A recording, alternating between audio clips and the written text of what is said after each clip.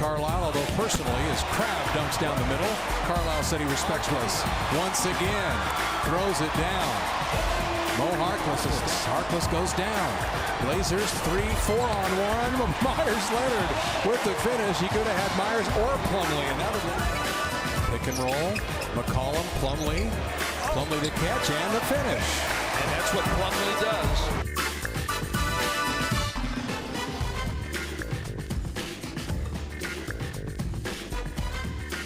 And welcome to Trail Blazers Courtside on Comcast Sportsnet, Rip City Radio, 6:20 a.m. and streaming live on trailblazers.com. Mike Barrett, Mike Rice, Jason Quick, now of Comcast Sportsnet Northwest, formerly of the Oregonian, joining us here tonight. That's got to feel a little strange to hear yourself described as formerly of the Oregonian. Yeah, actually, I still have 2 weeks left at the Oregonian. Oh, okay. Well, not formally yet, but right. Soon to be formally. Right. Yeah, I saw that the dates didn't. I said, "What's going on here?" Then I figured that. Now, is it? Looking at the newspaper business, is it as dangerously not there like a lot of people are talking about? That it's an industry in trouble. Is it? No question.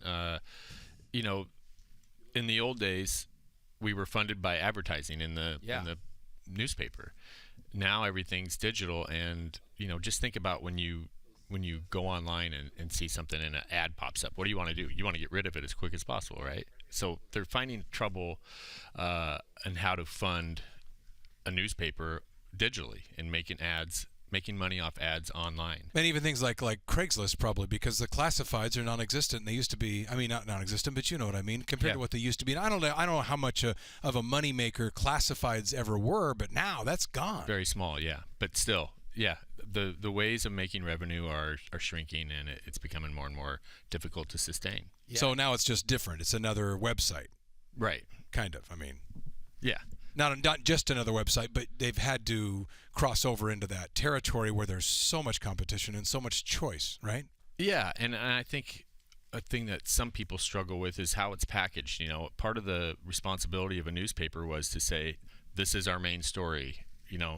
We packaged it for you and told you what was important. Now it's just all there, and you kind of have to sift through it, and I think a lot of people get frustrated with it. And that's why you still love reading the newspaper, in your hand, right?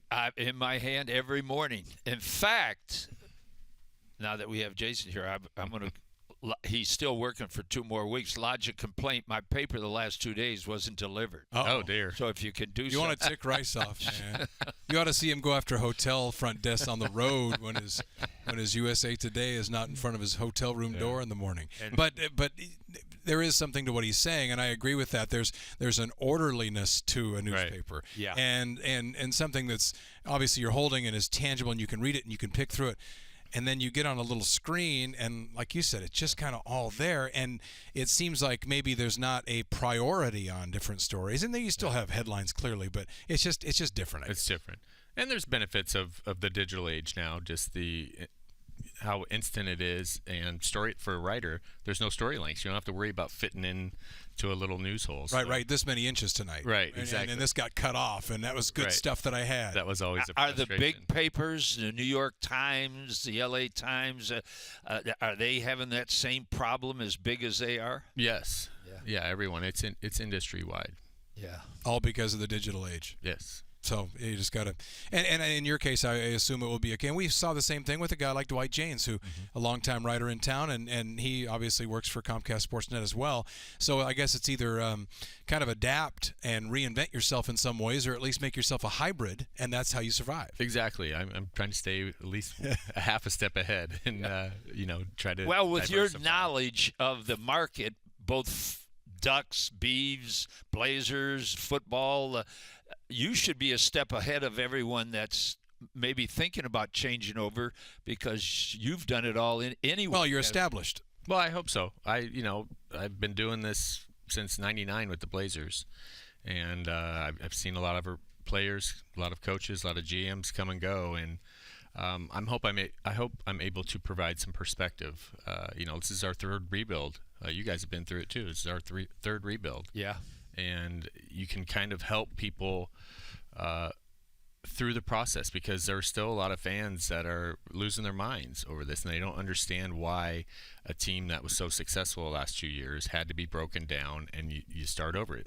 It's real dangerous in the NBA to get caught in that middle ground where you're 6th, 7th, 8th, or 9th. Or you're Dallas or you're Brooklyn. Right. And that's maybe the beautiful part, and we'll talk more about this, but the part of this, if you want to call it a rebuild, that is different is that there's no teardown necessary, because Neil Olshey timed all of this to knowing that it was D-Day basically, yep. And it was going to be a domino one way or the other, right. What LaMarcus did. And right. He was in better shape to weather something like that because of the way the contracts were to that point. So normally you get to this point and a guy leaves like that, and all of a sudden you've got 4 years where you've got to get out of contracts. Well, they don't have to do that in this case, right. And I think that makes this build or rebuild or retool much more manageable and much quicker, perhaps. Yeah, and sustainable.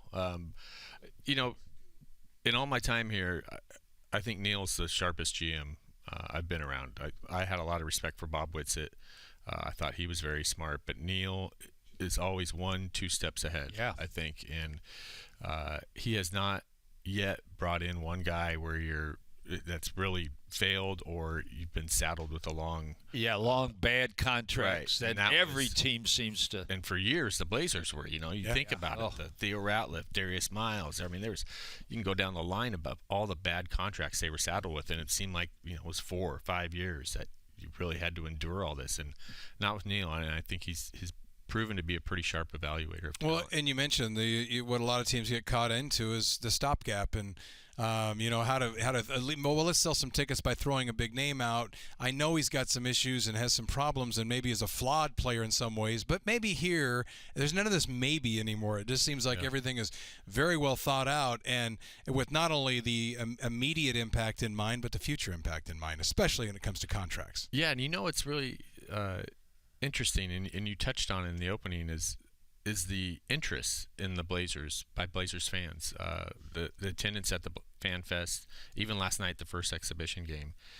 People get it. I think people understand. I agree. And I'm sensing a lot of excitement. There's still a faction of people who are saying, "Oh, they're going to stink. This is going to be terrible." But I'm sensing more so a verve, a feeling of, hey, this is going to be fun to see Noah Vonleh developed. What is Ed Davis all about? Yeah. How good is Mo Harkless going to be? I think people are really jacked about seeing this develop, and I think it probably would be even better if the cap wasn't going up so much next year, because the Blazers would be in a great position. But a lot of people are going to have money. Yeah, but as he's saying, fans don't think that way. I know we that. do. I'm just saying I agree. For Neil Olshey's master plan, it would have even been greater. Yeah. But, a lot of people are going to have money. Otherwise, it would be the Blazers that, would dictate almost every trade. Yeah. I think it's fun, though, looking back at the other two rebuilds. It's fun when it clicks and when it just starts to take off. Yeah. You think about with B. Roy and Aldridge and Martell and Jarrett Jack. That was a fun group. But the biggest reason why is because they were all in the same age group. Right. And that's the beauty of this team. Right. In that Neil went out purposely and got a lot of guys on so they can Dame's grow together. Career path, his same arc. And now you see what you have. And obviously you don't keep everybody, but you see what you do have and you try things off and you peel off things here and there. And then if you land somebody later that adds to that, then you make your run at it. Yeah. And, I think if he hits on 3 or 4 players out of this group, this franchise is going to be in pretty good. I agree. Pretty good footing. He needs about 3 or 4 to hit. Yeah, you always need that Curry and Thompson. They got Thompson that, Washington State. But they hit on guys. That's what you just said. I would say more. They knew that Curry and Thompson were going to be good. It's more like the guys like Draymond Green. Yeah. He was kind of like in there. Harrison Barnes. Right. High draft pick, but you didn't really know. It's guys like that. So does Mo Harkless develop into the guy? Yeah. The guy that we saw last night, right? Who was terrific. But I do agree with you on this, and you may agree with this too. But when we're out and about and going to the store or whatever, I've been surprised that there hasn't been more hand-wringing and angst among fans, and because we hear it from people, and that's great, and that's part of the community we're in. And we go out and, at other times, believe me, we would get undressed somewhere by just and you take. I haven't had any of that now. I've had people say, man, I'm excited about this. And I think that's, and yes, there have been some that are real concerned, but I don't know if you agree with that. Well, most of what I have heard is Fred Myers yesterday, they were complaining about you, but other than that, there was... Yes, and of course, I never get that about you, so odd that would happen. We'll take a break. Jason Quick, the new Blazers insider on Comcast Sportsnet Northwest, and that'll be exciting on all fronts as far as Blazer broadcasts go and all the ancillary programming. We'll talk more about that. We'll get into last night, and Jason mentioned Mo Harkless. We'll talk about some of those guys we saw last night, and how that is all going to pan out tonight here on Comcast Sportsnet.